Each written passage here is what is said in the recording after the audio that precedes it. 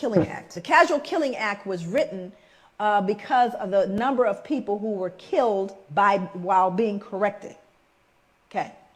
And if any slave resists his master, owner, or other person by his or her order, correcting such slave and shall happen to be killed in such correction, it shall not be counted felony, but the master, owner, and every other person so giving correction shall be acquitted of all punishment and accusation for the same, as if such accident had never happened. So that means that if you happen to be correcting someone and you beat them to death, you know how hard it is to beat someone to death? I mean, I thought about that. I said it happened so frequently that they created a law so that you wouldn't feel any what? No guilt, because you were simply correcting them. It wasn't your fault. So I went back to look at who was beating folks to death. I wanted to know. And it was white women. White women were beating black children to death. That's who was being beat. Killed. But it wasn't her fault. She was just correcting them. You see, what we do is we rob ourselves of our own humanity when we refuse to look at this stuff. We rob ourselves of our humanity. And that's what people didn't know happened. Going forward, one more. Then you had the mental health folks. This is how we got in. We got in to try to fix it. In the early years of the 19th century, a physician named Samuel A. Cartwright argued that two particular forms of mental illness caused by nerve disorders were prevalent among slaves. One was drapetomania, which was diagnosable by a single symptom: the uncontrollable urge to escape from slavery. So now what we've done is we've now pathologized your desire to be free. Must be something wrong with them. Keep trying to free themselves. And again, it would be funny if see, all of this is to remove the cognitive dissonance. Now we have, look at all the people joining in. You got Linnaeus, you got anthropology, you got physicians. All of them saying they deserve it. It's not us. We don't need to adjust anything. And if they just tried harder, how about you people just pull yourselves up from your bootstraps? What's the matter with you? The playing field has been leveled.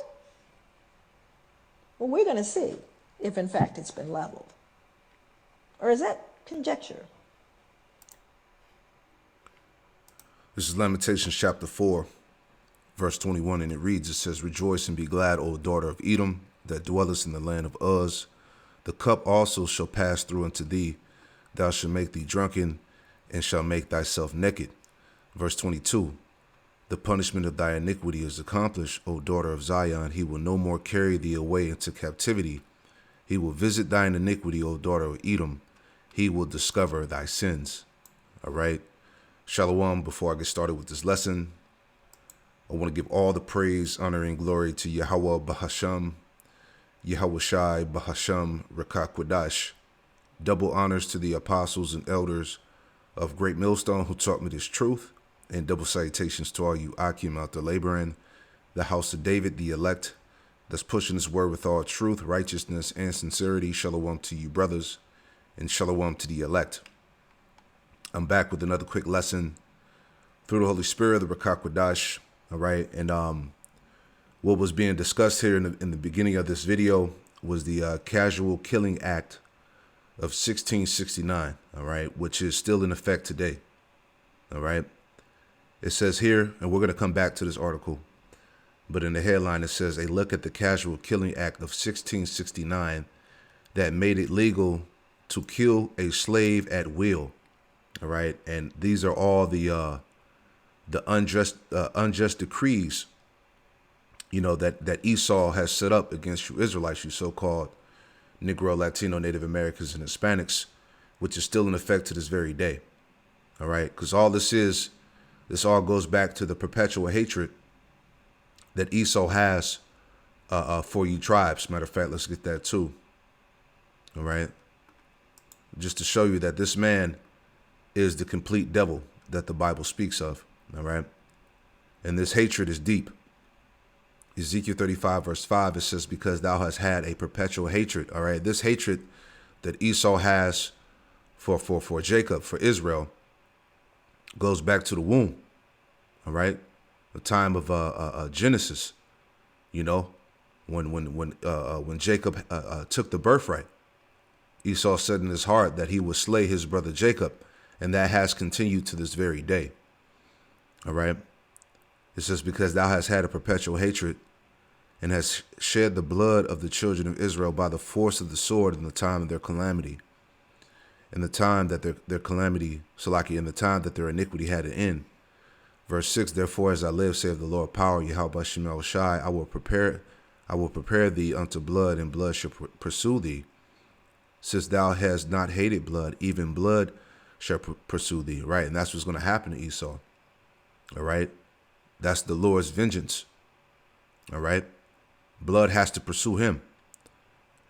Verse 7, it says, then I will make Mount Seir most desolate, and cut off from it him that passeth out and him that returneth. Right? So Mount Seir, which can be tied to Babylon, America, eventually is going to be made completely desolate through destruction. All right? Nuclear destruction, man. All right? But back to the point here.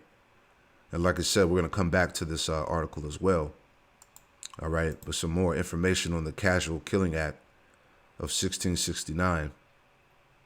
Okay? This is from calendar.eji.org. It says, Colonial Virginia authorizes enslavers to kill enslaved people who resisted.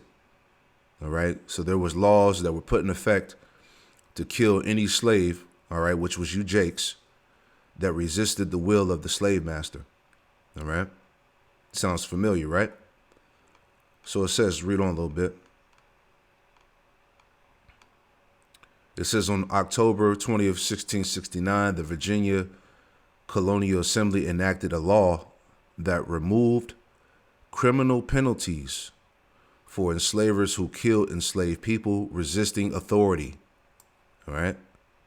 A common thing that we see to this very day, dealing with these cops. All right? And the excuse is they resisted. That's why they beat the shit out of Jake, and they tell him what? Stop resisting. All right, here it is. Jake is in handcuffs and in a damn coma. Don't even know what the hell is going on. They beating the shit out of him, telling him to stop resisting. Right? So it says, a law that removed criminal penalties for enslavers who killed enslaved people resisting authority. The assembly justified the law on the grounds that, quote, the abstinency of many enslaved people cannot be suppressed by other than violent means. Exactly. So the only way to suppress a slave, it has to be by violence. Okay? And we're going to get more into that. It says the law provided that an enslaver's killing of an enslaved person could not constitute murder because the, quote, premeditated malice element of murder could not be formed against one owns property. Right? Because, you know, you weren't considered a, Jake wasn't considered a person. All right? You were considered property. So if the slave master, murdered you, right, it wouldn't count as murder because you were part of his property. You were an object. You see? You weren't officially a person. Right? It says in subsequent years, Virginia continued to reduce legal protections for enslaved people. In 1723, the Assembly removed all penalties for the killing of enslaved people during, quote, correction, meaning that an enslaved person could be killed for an offense as minor as picking bad tobacco. The willful or malicious killing of an enslaved person could constitute murder in theory, but the law excused the killing of an enslaved person if the killing was in any way provoked, right? And this is the same shit on how cops get away with murder. Cold-blooded murder on camera. In effect, enslavers could kill enslaved people with impunity in the colonial era, Virginia, and the situation was similar in most colonial territories. And this is what we're going to get into. We're going to come back to this, right? But this is what Trump is fighting for, all right? You niggas out there crying for Trump and, caught up in this whole voting scam, all of this bullshit. All right, we're going to come back to this article, but it says Trump promises to give police immunity from prosecution. All right, does this sound familiar? Right? It says, following the American Revolution, many states created penalties for killing enslaved people, but the loophole, right? But the loophole permitting the killing of an enslaved person during quote unquote correction or to prevent resistance remained. And as a result, throughout the course of slavery in this country's history, enslavers were rarely punished for killing enslaved people, all right? And it hasn't changed, all right? Let's grab a scripture real quick, okay? This is Zechariah 11:5, and it reads, it says, who possessors slay them? Who are the possessors? The Edomites, all right? Who do they possess? You Israelites, you Jakes, you so-called Negro, Latino, Native Americans, and Hispanics. All right, you're still in captivity. You're still in slavery. Whose possessors slay them. All right, you Jakes are the ones that are being slayed. Who possessors slay them and hold themselves not guilty. Right, going back to what? The Casual Killing Act. All right, they were able to slay you tribes. All right, and not be held guilty. Okay, he's created laws. All right, that exempt him from judgment. You see? Whose possessors slay them, Zechariah 11:5, who possessors slay them and hold themselves not guilty. And they shall sell them, and they that sell them say, blessed be the Lord, Yahweh Shem Yahushai, for I am rich. Right, because you were the ones that Esau was selling in slavery, and this is how they got rich. All right? It says, and their own shepherds pity them not. Right, because these figureheads that they put in front of Jake, you know, the Martin Luther Kings, the Al Sharptons, Malcolm X, you know, these figureheads, you know, they're sellouts. They're in Esau's back pocket. All right. They don't truly pity our people. They were set up to keep you pacified, to keep you, you know, trusting in Edomite supremacy, basically. All right. So any of these niggas that they put in front of you on the TV are not for you. Right. Your own shepherds pity you not. Right. So back to the point. Let's read some more in this article here and this next one. All right. And look at the Casual Killing Act of 1669 that made it legal to kill a slave at will. So let's read some more. All right. So it says, what escapes many people is that the whimsical killing of enslaved blacks in the U.S. during slavery, even after by white folks without punitive consequences based on laws passed by white politicians who happen to be plantation owners as well, right? One such devious law is the Casual Killing Act of 1669, which declared it legal to kill a slave while correcting because malice could not be presumed. The casual killing of slaves, quote unquote, says that if a slave dies while resisting his master, the act will not be presumed to have occurred with prepense malice, right? It says the men of the General Assembly of Virginia completely removed the penalty for those who by chance murdered a slave in the process of punishment, as the black laborer was deemed to be property. You see, right? You weren't considered a person. All right, you didn't count. Remember, your life doesn't matter. Black lives don't matter, right? Other slave laws passed in Virginia showed the disregard for human life and how different chattel slavery in the U.S. was to other forms of slavery practiced in continental Africa. By 1672, it became legal to wound or kill an enslaved person who resists arrest. Legislators also deemed that the owner of any slave, as he resisted arrest, would receive financial compensation for the loss of an enslaved laborer. Legislators also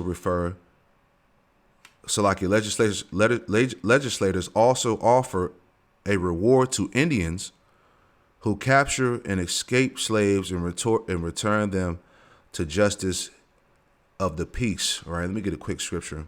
All right, you know, this is how he creates those unjust decrees. All right, Isaiah 10. Isaiah 10 and 1, and it reads, it says, woe unto them that decree unrighteous decrees, that write grievousness which they have prescribed, which goes back to this casual killing act of 1669. This is an unrighteous decree against you Israelites. All right. Laws that exempt him from punishment. All right. To turn aside the needy from judgment, and to take away the right from the poor of my people. Right. The poor of my people, you Israelites, that widows may be their prey, and that they may rob the fatherless. And this is what Esau did, man, by the way of these wicked laws and decrees, as we're reading, right? So it says, reading on here,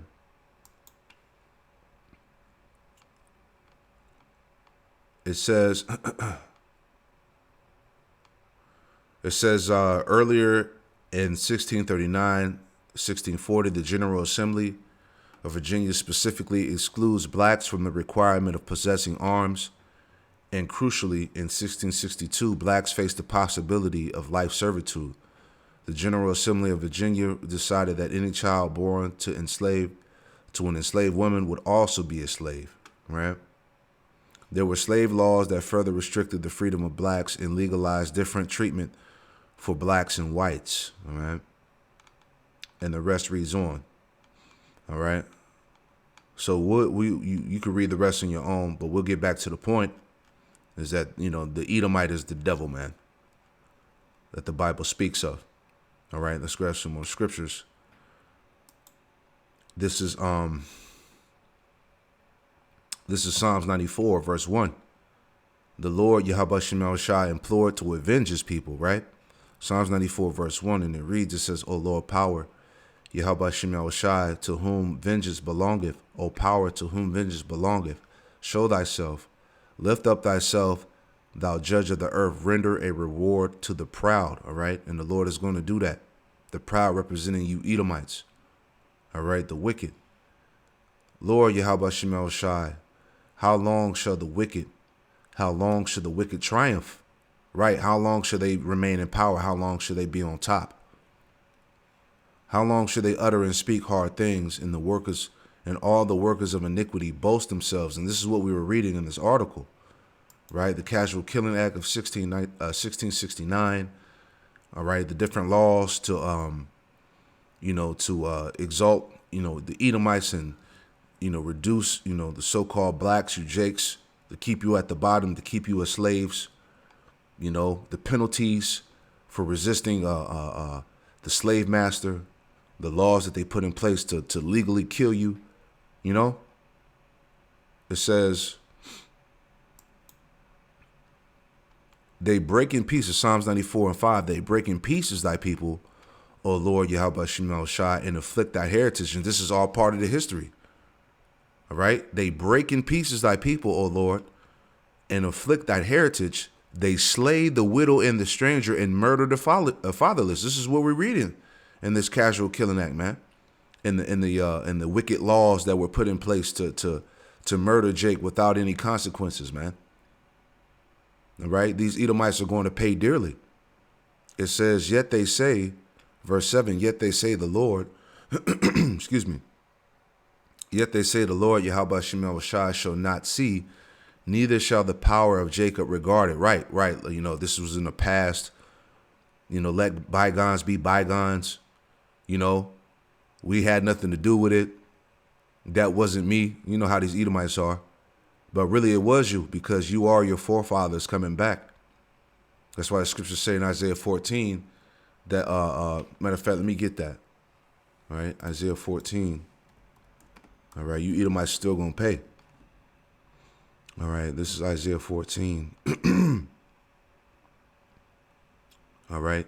Isaiah 14 and 21, and it reads, it says, prepare slaughter for his children, for the iniquity of their fathers, that they do not rise, nor possess the land, nor fill the face of the world with cities. Right? So you Edomites, you devils, are going to pay for the iniquities of your forefathers, because you are your forefathers coming back.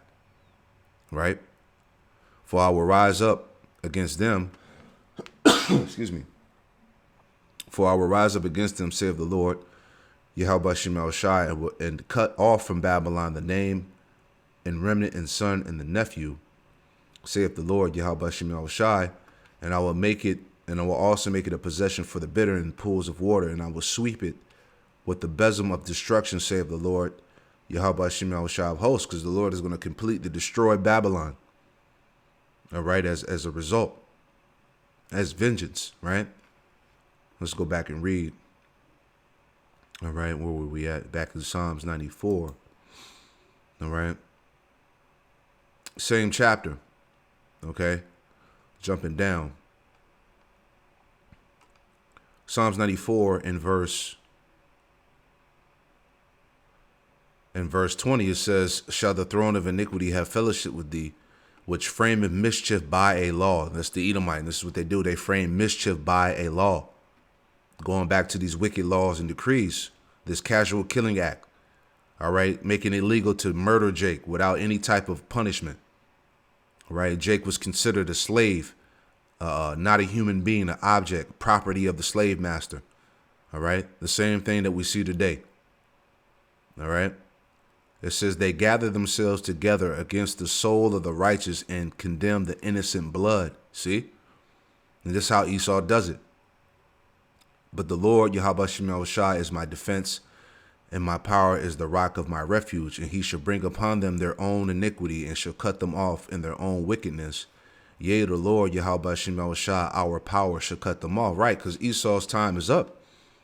And he's going to give account of all of these crimes that he did against the Lord's people. Ecclesiastes 3 and 15. Right? That which has been is now, and that which is to be have already been.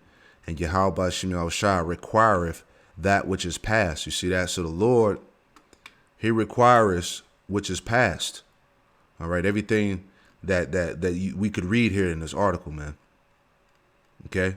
These devils are going to pay severely, man. You see that?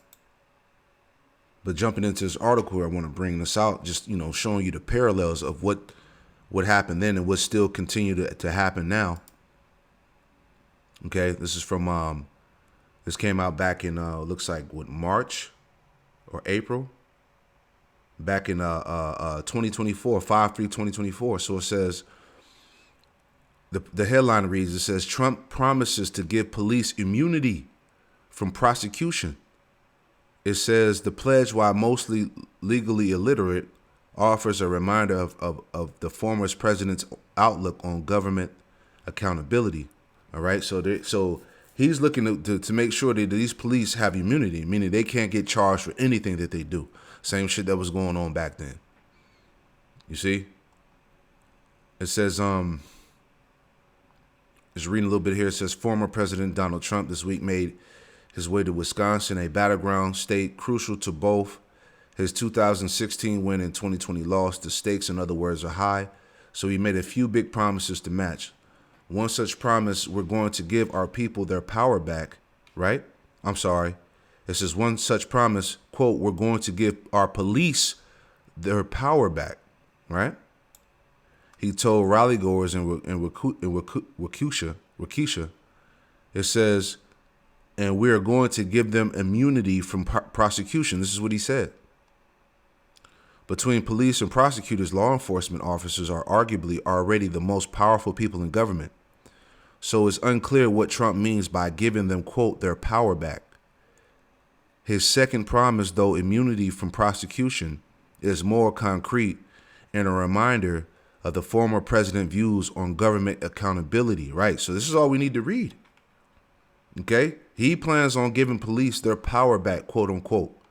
All right? So if he gets in office, man, these police are going to be on a fucking rampage. They're going to be killing the shit out of Jake, man. You thought it was bad now? It's about to get entirely worse. All right? This is what they mean by make America great again. So we're getting ready to see a whole nother side of these devils, man. You're getting ready to see the true devil as he is, right? James 5 and 6, you have condemned and killed the just, and he doeth not resist you, right? And this is what Esau has done. Because Jake doesn't have a standing army, right? Jake doesn't come against Esau, and this is why he has to pay. You know, this is Psalms This is Psalm 73. All right. Psalm 73 in verse 3, it says, "For I was envious at the foolish when I saw the prosperity of the wicked. For there are no bands in their death, but their strength is firm, because Esau is in power." All right. "They are not in trouble as other men, neither are they plagued like other men." Going back to, once again, the immunity. Okay. The system, these devils have immunity. They're free. They're free of charge. They're free of punishment, accountability. Why? Because he's in the power seat. Okay. He's in his heaven. Right. And Jake is in his hell. Verse 6. "Therefore pride compasseth them about as a chain. Violence covereth them as a garment." This is who he is. All right. His identity is violence, death, and destruction. All right. It says, "Their eyes stand out with fatness. They have more than a heart could wish. They are corrupt and speak wickedly concerning oppression. They speak lawfully, which is proudly." Right? They speak lawfully concerning oppression. All right. You're not a person. You're not a human being, Jake. Your life doesn't matter. Black lives don't matter. Okay. All lives matter. You see, this is the spirit of the Esau, the perpetual hatred, as we talked about. The casual killing act, the laws that are still in effect to this very day. All right. Because while Jake is fucking cooning and crying for Trump, this is what he wants to bring back into effect. Police having complete immunity from prosecution. All right. Also, as I brought out, Trump's plan, this is from the week.com. Trump's plan for a second term reportedly includes firing squads, hangings, and group executions. And all this is geared towards Jake. All right. As we read in this article. Right. Let's read that part again. It says, as Donald Trump's re-election bid begins to pick up steam in the new year, details about the former president's plans for his return to the White House have begun to emerge, including a new report for Rolling Stone, which alleges Trump has begun polling his advisors on whether he should bring back firing squads, hangings, and even the guillotine should he win in 2024. Right? It says,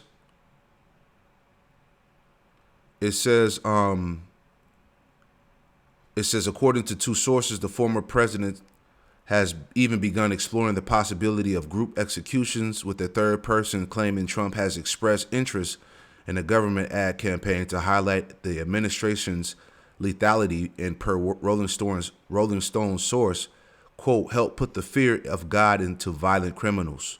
All right. And who are considered the violent criminals in the society. A Trump campaign spokesperson denied the former president had plans for an execution ad campaign in the statement to Rolling Stone. It says Trump's fascination with the death penalty has been long on public display, stretching back to his call to execute the Central Park Five, 5 young black and Latino men accused of rape and assault in the late 1980s. All were later exonerated, right? Because that was a whole setup, right? They never raped that woman, right? But Trump was ready to execute those so-called black and Latino men. All right. So you Jakes know what time it is. It says, as Rolling Stone has previously reported, Trump has ended his first term by executing more than 4 times as many convicted persons in his final 6 months in office as the federal government had killed in the total over the prior half a century. All right. So you already know, man. All right. All eyes on Jake. Okay. But this is the wicked, and he's ready to roll, pursuing the Revelation 12 and 12, man. All right. So that spirit has always been there, and it hasn't changed. Is the point of me doing this quick lesson. All right. Let's get real quick. Let's get Psalm 17 and verse 13. It reads, it says,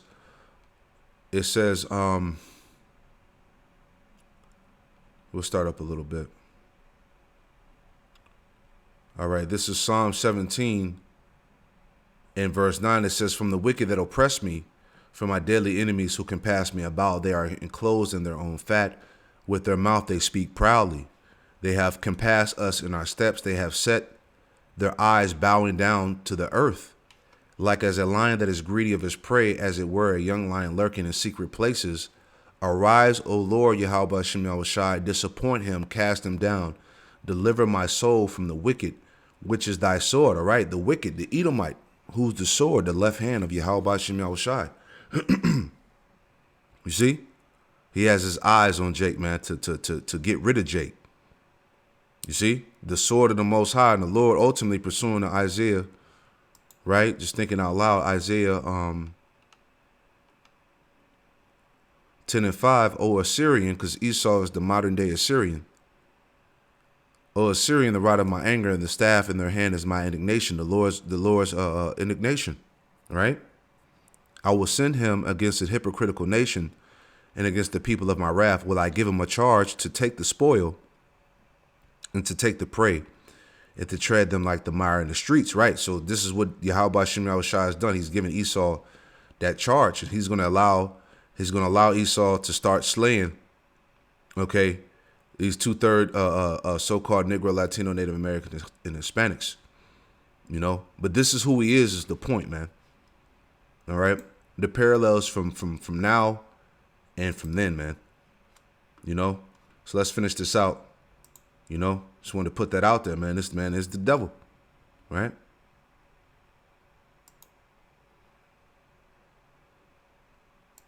Move forward. Now, I want you to look at this photo very closely. I want you to see who's in it. More important than the man hanging, because you got to understand the lynchings that occurred in America happened after slavery, not during.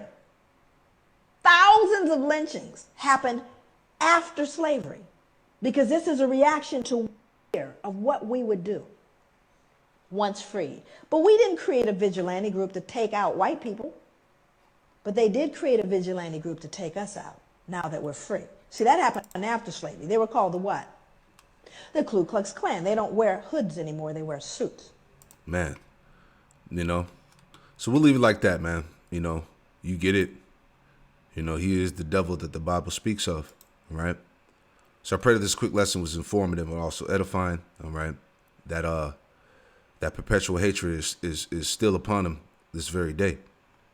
So I want to give all praise, honor, and glory to Yahweh Bahashem Yahushai Bahashem Rakakwadash and Shalom.